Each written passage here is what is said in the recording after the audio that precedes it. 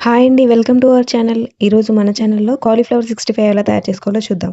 పైన క్రిస్పీగా, లోపల సాఫ్ట్‌గా చాలా బావుంటుందండి. దీనికోసం 2 మీడియం సైజ్ కాలీఫ్లవర్‌ని తీసుకొని వీడియోలో చూపించినట్టు చిన్న చిన్న ముక్కలుగా కట్ చేసుకోవాలి. ఇప్పుడు ఒక బౌల్‌లో కట్ చేసుకున్న కాలీఫ్లవర్ వేసుకొని, అవి మునిగేదాకా వాటర్ పోసుకొని, ఉప్పు, పసుపు వేసి కొద్దిగా సేపు బాయిల్ చేసుకోవాలి. ఇది బాయిల్ అవ్వడానికి ఒక 10 మినిట్స్ పడుతుందండి. మరీ ఎక్కువసేపు బాయిల్ చేసుకుంటే చిదురైపోతాయి.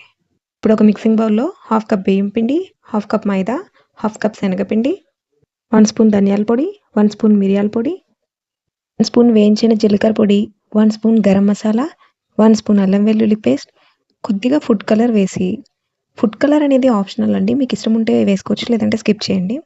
హాఫ్ కప్ కార్న్ ఫ్లోర్, కొద్దిగా వాటర్ యాడ్ చేసుకుంటూ వీడియోలో చూపించినట్టు బజ్జీ పిండిలా కలుపుకోవాలి.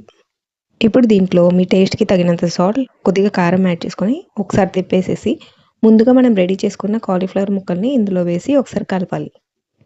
కాలీఫ్లవర్ ముక్కలకి పిండి బాగా కోటయ్యేలాగా కలుపుకోవాలి. ఇంగ్రీడియెంట్స్ అన్నీ నేను చెప్పిన కొలతల్లో వేసుకున్నట్లయితే బయట మీరు తినే ఫంక్షన్స్‌లో ఉంటది కదా కాలీఫ్లవర్ 65 అదే టేస్ట్ వస్తుందండి.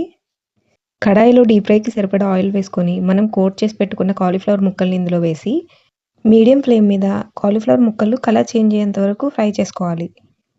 కాలీఫ్లవర్ ముక్కలు వీడియోలో చూపిస్తున్నట్టు ఎర్రగా ఫ్రై అయిన తర్వాత దీంట్లో 2 పచ్చిమిర్చి చీలికలు, కొద్దిగా కరివేపాకు వేసి వేయించుకోవాలి. మనం ఈ కొలతలతో చేసుకున్నట్లయితే కాలీఫ్లవర్ 65 అనేది పైన క్రిస్పీగా, లోపల సాఫ్ట్‌గా చాలా టేస్టీగా ఉంటుందండి. అంతే అండి, కాలీఫ్లవర్ 65 రెడీ. ఈ వీడియో నచ్చినట్లయితే లైక్ చేయండి, షేర్ చేయండి, మన ఛానల్‌ని సబ్స్క్రైబ్ చేసుకోండి. అలానే మీరు కూడా ట్రై చేసి మీకెలా కుదిరిందో నాకు కామెంట్స్‌లో చెప్పండి.